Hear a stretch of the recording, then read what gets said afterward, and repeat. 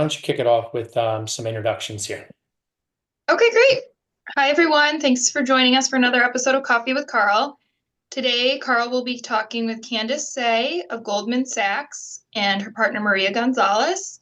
Candice is a managing director in the global client business within Goldman Sachs Asset Management, and she serves as global head of the Strategic Advisory Solutions team. She focuses on global capital market research, macroeconomic strategy, portfolio construction, and client engagement. And we think it's going to be a great call today. So thank you all for coming. Thanks, Mary. Thanks, Candice, for joining us today. Certainly welcome.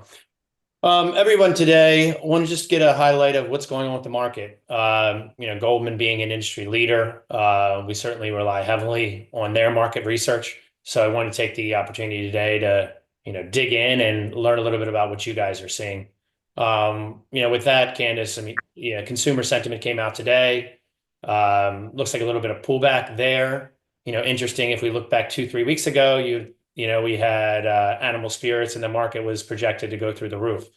What are you guys seeing on your end? Any concerns, or just how are you trying to unpack this market where we are now? Definitely. Well, first off, Carl, thanks for having me, and thank you all for joining us. I think you're absolutely right. The consumer confidence numbers that came in today declined more than expected for this past month. And what I would say is what's going on in the market is quite interesting, because if you looked over the last 15 plus years, I would say US exceptionalism has been a key driver of markets and something that a lot of investors have grown accustomed to. And what I mean by this, phrase or two words called US exceptionalism was really that everything that was performing well, the markets, companies were pretty much focused here on the US. If you look at US equity markets, we've outperformed basically the rest of the world over this time period. And it is a culmination of a number of things, right? It's a culmination of companies that have produced products and services that everyone is using, companies that are generating a lot of earnings based on very, very strong fundamentals. And so for that reason, I would say the significant increase and uptick in market performance has been driven because of that. So ever since the financial crisis that we've been through, the global financial crisis, 07-08 timeframe, we've seen US companies really step up and perform very well, especially when you think about sectors like technology. So that's where a lot of the profitability has come. Now, I think a lot of investors coming into 2025 were pretty optimistic. I think they were all eager that the trend of the last 15 years would continue and that US exceptionalism would be no different. So quite frankly, I do think investors probably came into the year a little too optimistic about these trends.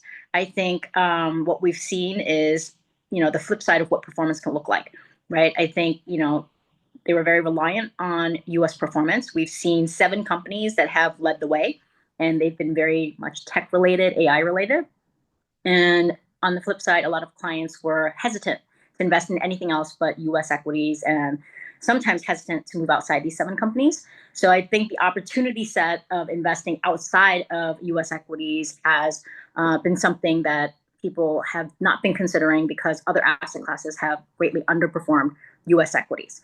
So since the beginning of the year, what we've seen is a broadening of markets, I would say. And what I mean by that is the diversification that tends to work over time started to work again, right? So it wasn't just about the 7 companies that were leading the way in the US equity markets. Now you're starting to see the other 493 companies in the S&P 500 start to perform better. You're starting to see US equity markets as a whole start to underperform other markets. In particular, when you take a look at places like Europe, now you see more positive sentiment in that hopes that the Russia-Ukraine war might be ending has led to the markets to move higher. Not only that, you're seeing some semblance of election clarity, much like our election, where oftentimes the markets really don't care which party wins. They just want to know that there's clarity. And now there's clarity in Germany. So that has also led to some strong performance overseas in Europe. And likewise, if you look outside of Europe and into places like Asia, China has been outperforming, right? Because you've seen companies like DeepSeek come out to really rival the AI superiority we've seen with companies like NVIDIA here at home.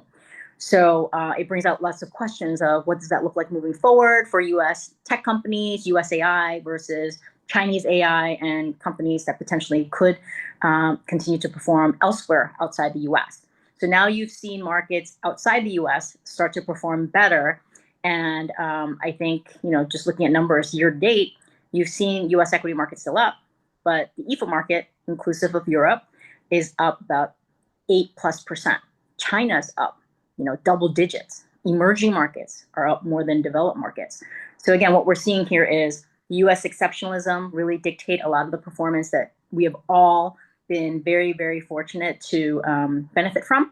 But now we're also seeing on the flip side the outperformance of other markets that investors have tended to not be focused on start to outperform. So that's where I see us over the course of the last couple of weeks and months. And in particular, this last week was a good indication because that's exactly what happened with markets this past week.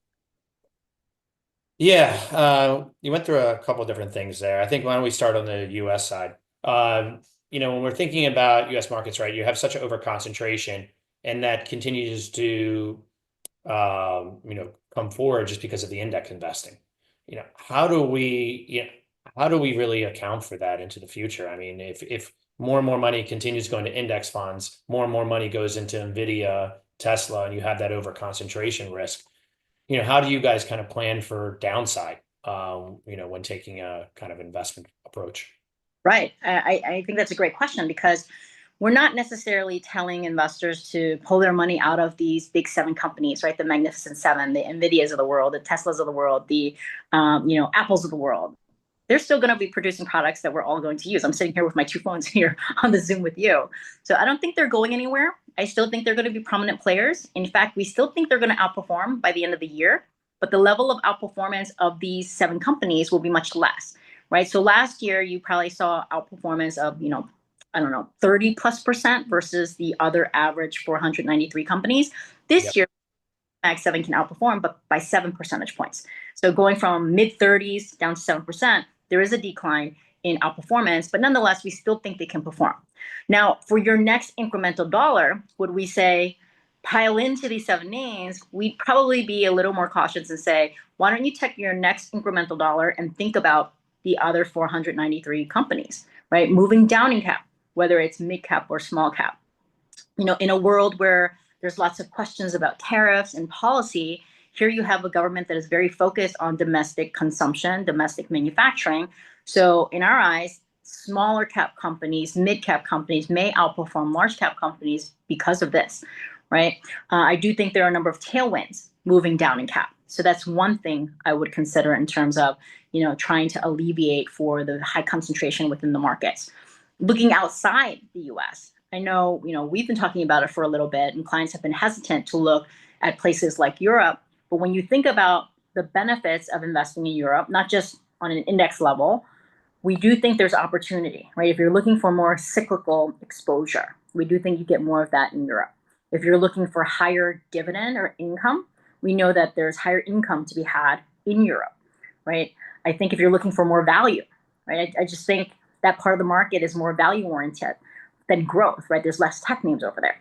So there's ways to diversify outside of the US. Those are just a couple of them. But, talked to you about fixed income 4 years ago. I know it's been tough for me to talk to investors about fixed income because it hasn't been the interesting trade or the interesting investment. But now we're seeing that fixed income is interesting again, whether you're looking at it from a tax perspective, whether you're looking at it from an income perspective, or just really to be the ballast in your portfolio should there be a drawdown, as you mentioned, with severe overconcentration in stocks, ETFs, et cetera, in the equity market. I think that fixed income portion of your portfolio starts to play a very important role. So there's no shortage of opportunities that I think are available in this type of environment. It's very, very important. But I think a lot of investors have been very gun shy about investing outside of what has worked for the last 15 years. But I would remind you that I think this time, given everything that is happening around the world, here in the US, it does open up a lot of opportunity, whether you're looking at policy, Fed, across the pond, all of those things opens up much more opportunity from an asset class perspective. Yeah, because I mean, most of your returns have been generated, as you mentioned, in large tech. Now, if we're thinking about the small mid cap, from a valuation standpoint, it obviously looks a lot more favorable. But are you guys having any concern just with inflation? Doesn't that have a lot more effect on smaller companies than call it your bigger players?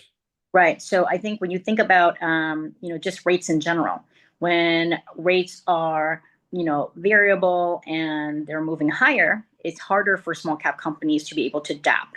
Right. I think with larger companies that can get lower fixed rates, typically in that environment, it's helpful for large caps. However, if we do end up in the environment where we think we're headed, at this point, we still think rates are going to stay higher for longer. I think at this point, when you are looking to move down in cap, you'll have to find those companies that can pass along higher costs to their customers. So it's not going to be, just invest in everything small cap, they're going to outperform. We all know that the indices within small caps, about 40% of those companies are unprofitable. So when you do look to move down in cap, it's very important to be very security specific. You need to be very, very focused on the idiosyncrasies of each of the companies you're investing in because they're all different. You can invest in a high, net profit margin generating company and an annualized return of about 18+% is possible. But on the flip side, if you're investing in a company that has negative operating margins, then your returns could be a mere percent or two, if that. So there is a differential between high performing companies, especially when you move down in cap, that you need to be aware of. But nonetheless, in an environment where, again, the government is very supportive of domestic consumption and manufacturing, a lot of those companies reside here in the US and don't have a footprint outside the US, which a lot of multinationals have. So should there be tariffs on other countries, small cap companies probably won't be as privy to that because they're here, being made in America and being transported across America. So they can benefit from that. But also have the ability to outperform. Against your point, valuations have been very, very discounted in this space. So, typically, a great small cap investment trades at a premium of, let's say, north of 25%. Now they're trading at a discount of about 32%. So that's sort of the entry point getting into these small cap names that haven't been loved and the opportunity set of what could support these companies, meaning the policies that are being implemented for multinational, international companies, other countries, plus also tax incentives that we think may come into play as this administration tries to make manufacturing more attractive here at home. So those are some of the tailwinds that we think could benefit small cap companies. Yeah, I think it's been certainly a challenge. I mean, one of the questions I often get from investors is why not just put all my money in the S&P 500? And the reality is that's been the best place to invest. But I think you're highlighting some really crucial points in that there could be a great opportunity set for some of these smaller companies. My concern was more so from the inflation standpoint, how that might affect. But I think you highlighted, hey, focus on certain companies that are profitable. Yeah. And I think it's valid. Your concern with inflation. I think if there was no question about tariffs with this new administration, our thoughts with core PCE, the inflation measure that the Fed utilizes, would land at about 2.1% by year end. So really close to that 2% range that the Fed was looking to get inflation to. That's without any new tariffs under consideration. But now with the tariffs being announced and contemplated and more being discussed, I do think that increases our chances of core PCE ending the year higher. So we think, it could tag on another 0.4, maybe 0.5% to where inflation lands by year end. So instead of coming down to 2.1% by year end, it could land around 2.6% by year end. So higher than we would have expected without tariffs. But nonetheless, we're, sort of adjusting our models as we see new data come in with the announcements of tariffs and which countries and what sectors are going to be impacted. So from that perspective, I do think inflation will still come lower over time, but the process of inflation coming down is much slower because of the policy we've been seeing to date. And it's only been, about a month. Yeah. So that, but, if we use, what we saw in 2018, 2019 as an indication, we've seen this administration in play before. We've seen them raise tariffs. We've seen the Fed just, bypass and overlook these one-time tariffs and just, be more patient. I do think that's what the Fed is doing now. You've heard Powell and many of the FOMC members come out to talk about the fact that they are willing to wait and see in terms of what policy gets implemented and announced and all the economic data that's coming out, they're still very data dependent. So from that perspective, I do think, again, they're probably still going to cut at some point, but it's going to be pushed out a little further. So it's going to be delayed in terms of when, perhaps the next Fed cut could happen. But we still have the possibility they could still cut, twice this year. The question is when and how far back that time frame is pushed back. But I guess that brings us to an interesting point, and just focusing more so macro US. The market seems to keep ignoring the higher inflation and the fact that the Fed may not cut as much and really hasn't discounted it. How are you guys thinking about that? So let's just say they don't cut it all because inflation is much more stickier than expected.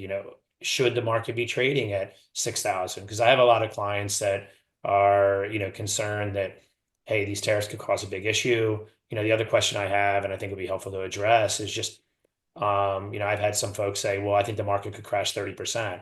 So I think just kind of, maybe give some color on, is that a reality? Is there a scenario where the market, we could have a massive, correction in the near term? Is there anything you guys are seeing?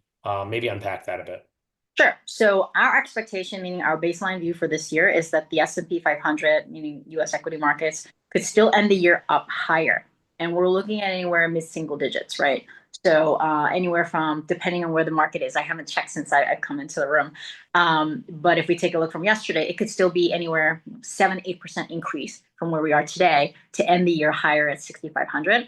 So from that perspective, it's still a positive environment for an average investor like you or I to stay invested in U.S. equities. And the reason why we think U.S. equities can still move higher, even though we've seen and heard a lot of noise, particularly, if you were paying attention to the last week, we reached highs, and then all of a sudden, by the end of the week, we're down about 1+%.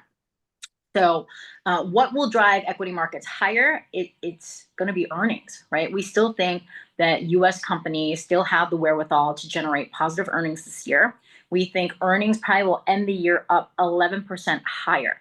So these companies are profitable, right? They're generating margin, right? Revenue is strong. So from our perspective, that's what's going to drive the market higher. It will be strong earnings. And it's going to be more of a mix as opposed to previous years where it's just been 7 companies. We do think, again, the Max 7 will outperform, but not as much as it has before because other companies will be able to perform more. So our viewpoint is, despite all of the policies and things that are announced and concerns in social media and things that can bring the market up and down at the same time, I think it's clear there's going to be a lot of volatility this year, right? Because there's a lot of uncertainty, particularly when you think about geopolitics, when you think about politics, all of those things are top of mind. So, for investors, it will be points of episodic volatility where you'll see markets and markets go down. So volatility is not just down, volatility is up as well when the market moves higher. So I do think that gives opportunity to stock selection. And if you've seen in the past year, we've noticed that a lot of the returns have been generated by stock dispersion, meaning different stocks are performing at different levels.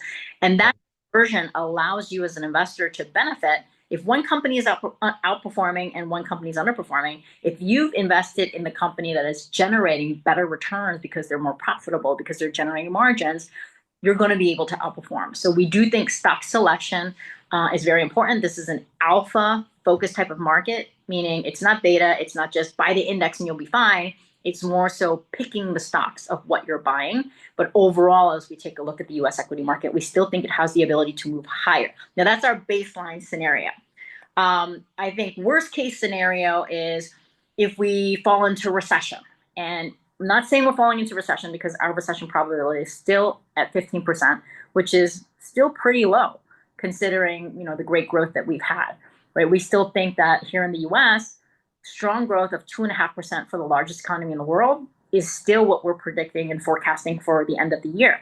So you have a very high functioning, large economy here.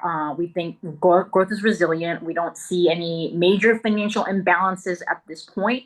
We don't see any major bubbles bursting. So for us, the recession probability is still around 15%, so pretty low. But I bring this up because we always have worst case scenarios, best case scenarios. Yeah. You fall into recession, then you're going to start to see markets fall. right?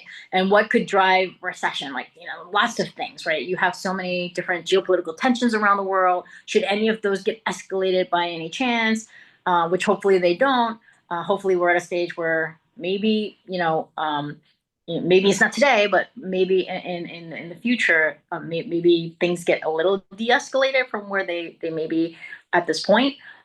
We won't be in that camp. But again, should anything escalate, that could be a key concern for us.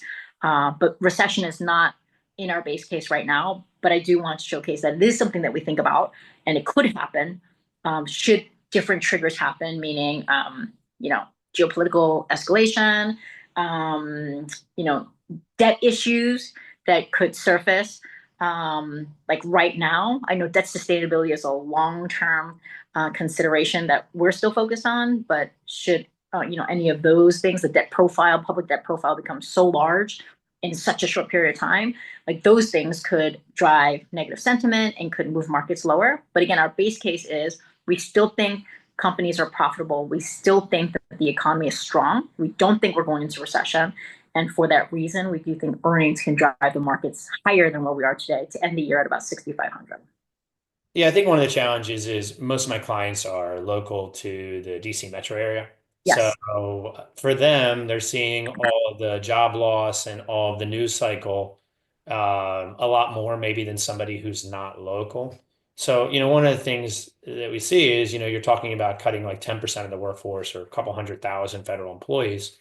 If the federal government's the biggest spender and, biggest tailwind for the economy, did that increase your chances of recession? Because if you lose all those people actually get fired, couldn't that trigger a recession in itself? Or are you guys base case that a lot of these things don't come to fruition, right? Because I know there's a little bit of if my viewpoint is if the market starts to fall, does Trump back off, right? Because so have you guys kind of thought through, some of those different underlying themes? So I was actually in DC about 2.5 weeks ago with Maria, and I think that was an eye-opening experience because at that point it was right when a lot of the jobs were being cut, and predominantly they were in DC, and of course landing in DC, and that was all investors wanted to talk about, and so extend my thoughts and prayers to those who are on the call who know people who have lost their jobs because I met a number of people in DC, but also friends of mine who have had their family members lose their jobs as well. So it is something we think about because we want to, quantify what the impact looks like. When I was in DC, I know it was just the beginning when they were doing the cuts. I know that, Washington, DC hires, I guess, about, a couple percent of the entire working population across America. And even though that population is small, we're starting to see it extend out to the rest of the country now with different jobs, right? So you're seeing it impacting all different agencies. And these agencies extend out, right? It's not just Washington D.C. proper anymore. Now you're seeing, folks in agriculture be impacted, right? There's like a lot of different government entities that are being impacted. And I know the program is only geared towards probationary workers right now, which is, I guess, workers who are in their jobs maybe a year or so less. And those are the folks that are being cut. But we also are realizing that some of the cuts maybe have been cut too far. So you're seeing some of the people who got cut being called back. So I think there's some period of adjustment to see what that true number is and should be. But what we're seeing is that I think 75,000 people have taken the package that was originally offered, which is, I think, no longer on the table. Yep. Of course, much like what you're reading, when we hear about, the programs of having people to, write about and summarize what you've been working on the past week, like we've never been in a situation like this before, right? So it remains to be seen, like, is it, lawful? Like, is it going to happen? Are these agencies going to suggest that employees fill that out, or are there agencies saying don't fill it out? Like, we don't know. I've never been in this position before, so I think everyone's just trying to, see what the ramifications are and how far-reaching they are. But I think at first glance, it is very impactful, particularly for those of you who are living in DC proper area. And we are continuing to monitor, and there just seems to be lots of new news by the day that we're trying to digest. we're trying to quantify, and we're trying to update our models based on what we're seeing as actual numbers coming in of how many workers are being lost in this particular agency, the Pentagon, and then different groups like that. But more to come because again, it's constantly changing. But is larger than just about 2.5, 3 weeks ago, because now it is far reaching outside of Washington, D.C. But again, I do think that right now it's just contained more so from the governmental side. Yep. So it hasn't extended out to industries across the board, meaning what we are very concerned about is when you take a look at labor, right? Because labor has been, the U3, the unemployment rate has been very low. We're hovering right 4%, which is quite low. But when you think about what has to happen moving forward for labor markets to rebalance, it's not just companies not posting job openings anymore, which is what they've been doing the last couple of years, right? We had a 6 million people gap between jobs being posted and people who could take the jobs. And now that gap has greatly come down to, certainly less than 1 million. I think at some point we were like a couple 100,000, which is very low. So if unemployment does change, now it's not a matter of companies just cutting jobs that people didn't have. It's fine. No one had those jobs anyway. They're just cutting the postings.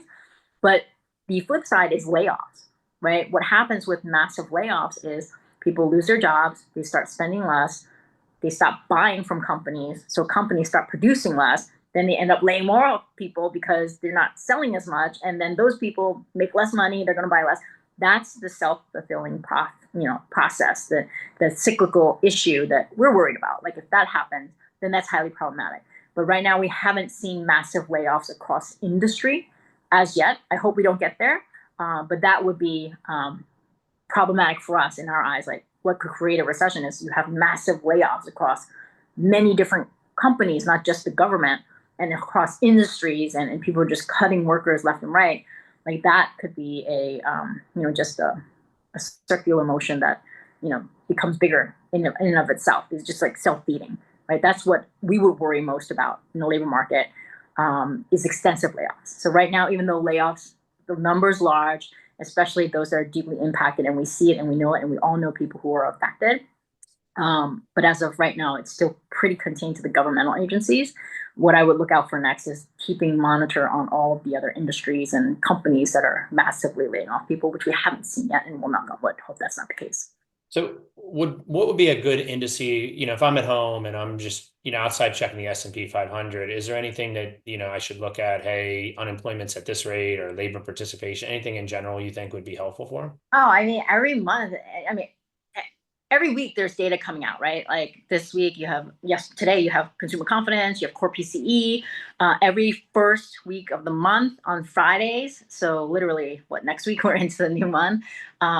We're going to start seeing labor numbers again, right? So everything from initial jobless claims to, unemployment numbers to payrolls, all of those come every month, which is why everyone's always laser focused on that, because it gives you a sense of how the economy is doing. And that's just one measure, right? That's just labor. And then you have inflation. We want to know, is inflation going up or is inflation coming down?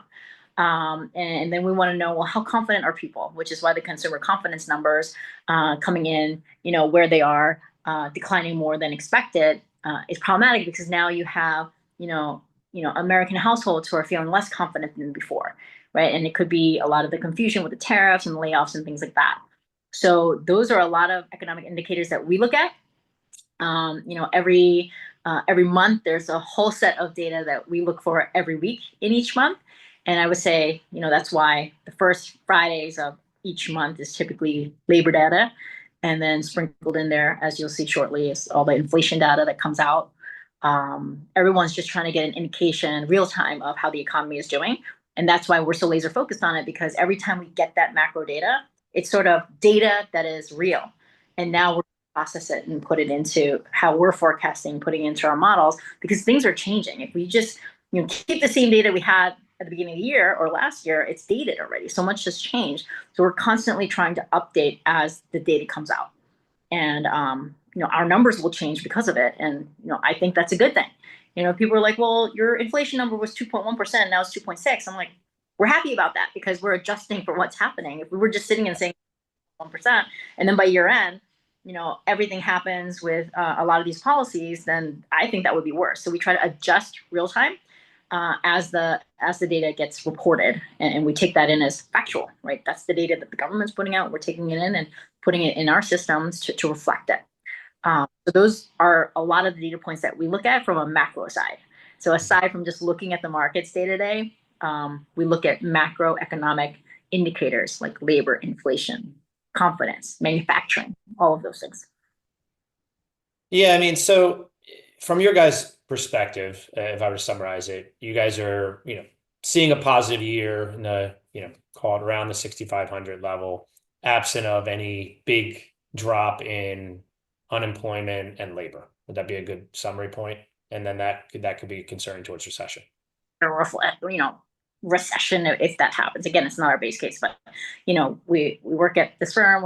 We try to monitor everything, but we like to base case because we try to think about the worst case, the best case, the base case. So we like to present the base case because that's probably most likely what's going to happen. And typically, we're sometimes people say we're more conservative than we should be, but at least from that standpoint, I think we feel better about it. But at least trying to assess all the different situations.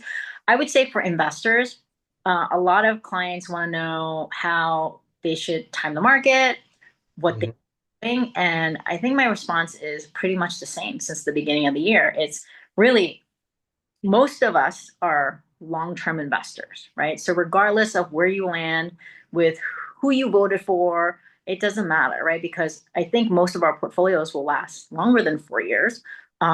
So from that perspective, think about your own strategic objectives, right? I think at this point, it is more helpful for you to stick with your plan. So if you're investing with Carl, like him and his team have a vision based on what you've told them your objectives are.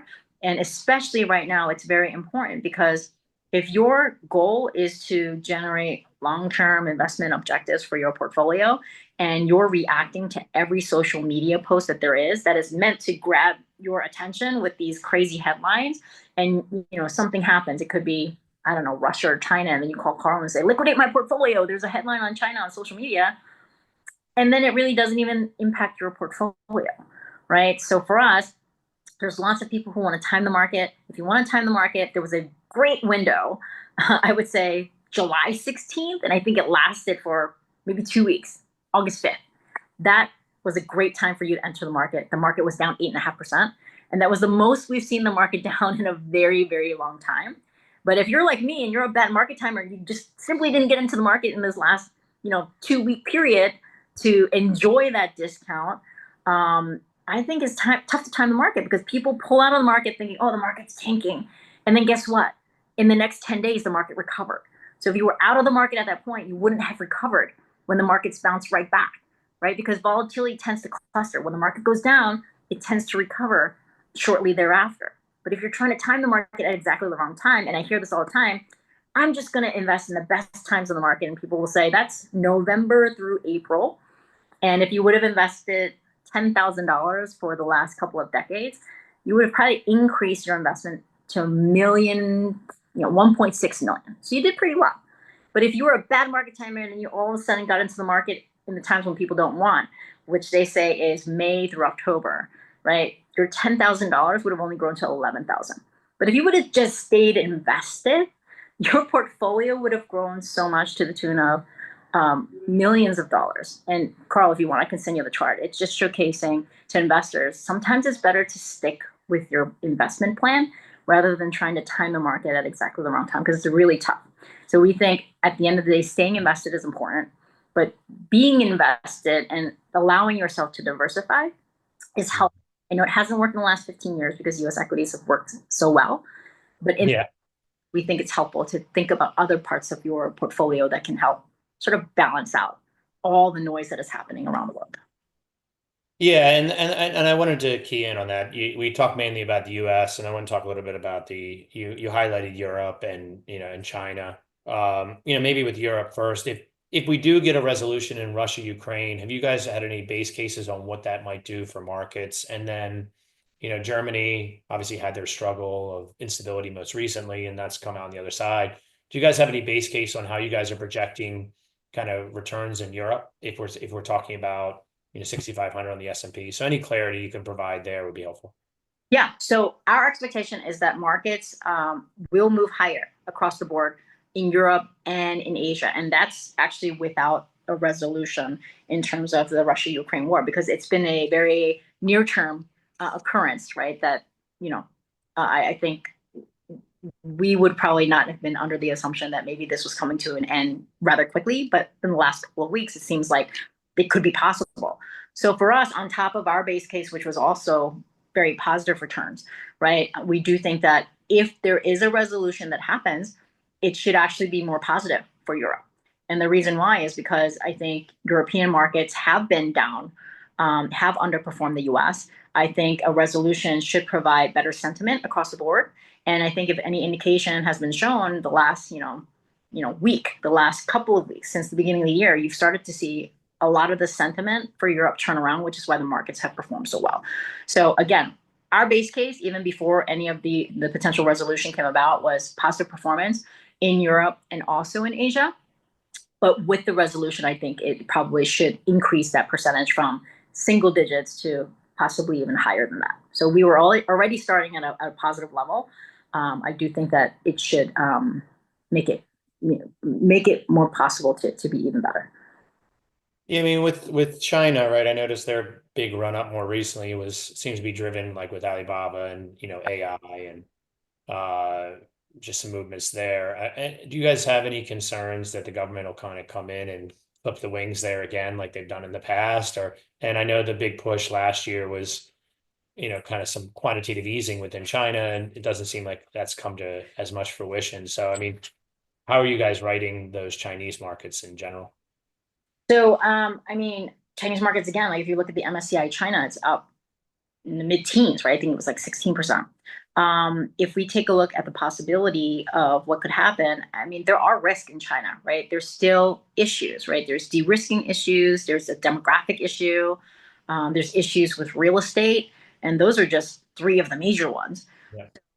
I do think that the Chinese government is focused on, sort of shoring up their markets, making sure that there's enough stimulus and government policy to help cushion the economy and the markets.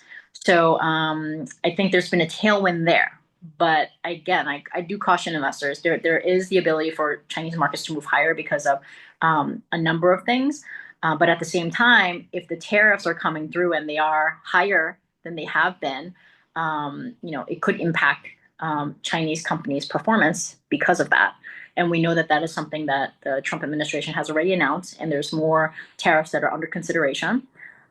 So if that comes to fruition, it could be impactful for Chinese companies in general.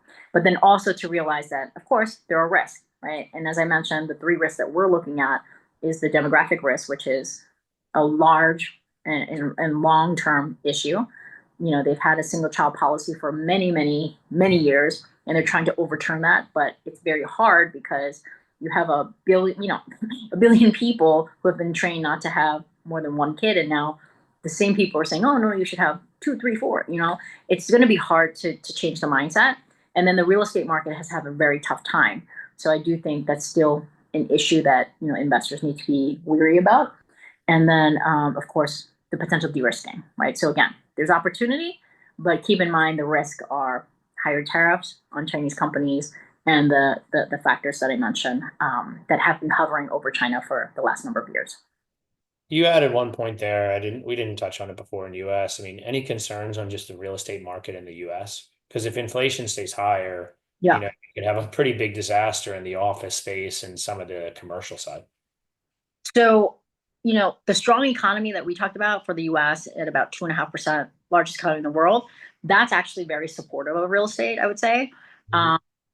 Real estate is a derivative of economic activity, right? So if you think about it, if we increase tariffs, then that basically increases domestic manufacturing. So if you look at it from that standpoint, maybe that increases demand for local real estate, right? So it actually could be a positive thing. And then if you think about, supply versus demand, is there enough supply? Like supply in terms of housing, depending on where you live, is a lot of places like DC, like New York, where we're short on housing, right? And we all know that even if inflation moves higher, real estate in general has been a nice hedge for inflation because prices tend to move to track inflation. So I would even say the rental market is probably pretty positive in terms of tracking higher inflation. So I think there is a world where you know, a stronger US economy equates to more demand for real estate, driving up real estate prices higher in certain industries and in certain areas, depending on which states you're talking about and cities. So there's a myriad of different opportunities to think about within real estate. If you're thinking about real estate from a home buyer's perspective, I'm right with you because most of us locked in at very low rates during COVID-19, and now with mortgage rates where they are, I looked at my TV before I left my office before. Your mortgage rate, what, north of 6%? So from that standpoint, do we expect mortgage rates to come down substantially? No, right? We think rates are going to stay higher for longer. So for most people, we're probably going to stay in our houses unless something amazing happens. Maybe someone wins the lotto and now that they can go out and buy this amazing home at a higher interest rate, and it's not even a second thought. But for most people, we're already locked in at ultra low rates. So unless there's something to trigger us to go buy that, next best house, if it's available, I'm not sure mortgage rates will be coming down anytime soon, because I get that question a lot. Like I think a lot of people during the last number of months through the elections wanted to know, when are mortgage rates coming down? And I'm like, I'd like them to come down too, but I don't know how quickly they're going to come down. I don't think they're going to come down quickly at all. So from that perspective, those are different angles from a real estate perspective. And then as we finish up, one other question I often get is just more so in the commodity space. Gold's been going through the roof, and obviously there's the Bitcoin side. How are you guys, thinking about those asset classes?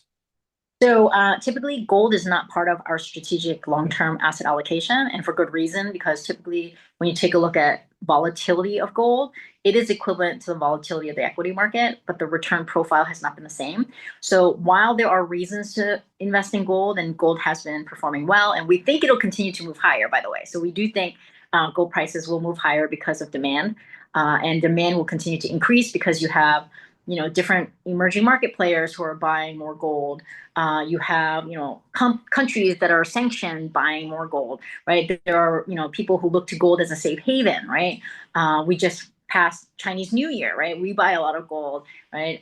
So there are different factors driving gold prices higher. So we do think gold prices will move higher tactically from that perspective. From a strategic perspective, though, if you think about things like inflation, a lot of people think gold is a great inflation hedge. And we would argue, yes, it is a great inflation hedge when rates are moving higher, when central banks are moving, but I think we're kind of past that, right? So if you take a look at every other asset class, we do think that over time, equities actually outperforms gold. Real estate, home prices outperform gold. So there are a lot of other asset classes that for the level of volatility you would get from that asset class actually perform better, especially in times of inflation and looking to hedge for inflation. So gold, at the end of the day, we think will move higher over the course of a number of months because of demand. For a strategic long-term portfolio allocation, we typically don't add it to our portfolio because of the volatility. You don't get what you get investing in things like equities or other asset classes for that level of volatility. But we do think there are pockets of opportunity to include in your portfolio because we do think the demand will go higher. So hopefully that's helpful. We do think prices will go higher, but I wouldn't recommend allocating a strategic long-term percentage of your portfolio to gold. Near term, I think it's a good opportunity. It'll still move higher. But long term, I think there are other asset classes that probably perform better, just generally, plus in the light of inflation that we've seen over time. What about the infamous Bitcoin? You guys have any pulse on that one? So I'm a little, I've done a lot of writing and researching on Bitcoin. I wrote my first paper on Bitcoin maybe over a decade ago. And I think at the end of the day, there's usage for it, right? There's two use cases that I see. One is utilitarian, one is, spectator usage.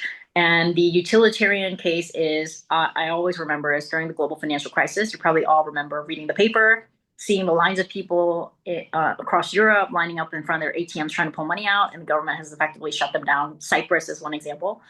And a lot of people use things like Bitcoin or cryptocurrency to move money in and out of the country where the capital flow may have been shut off. So that's the utility case, right? Some people need it to move money around because they can't get access to their money in their country.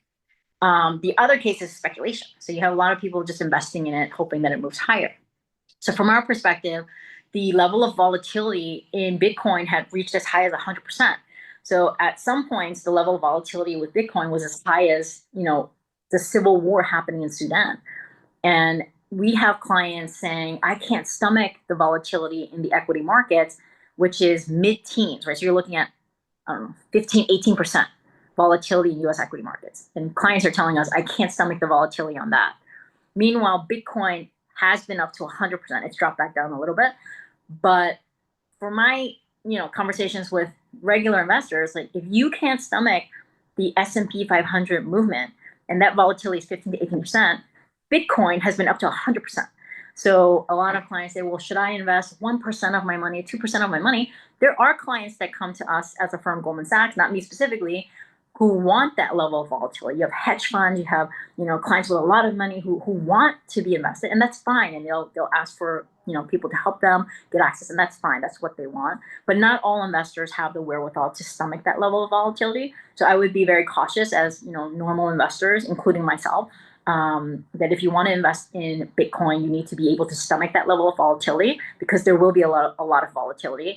And even a 1% allocation, you probably need to guarantee yourself at least 70% returns to make that level of volatility in your portfolio.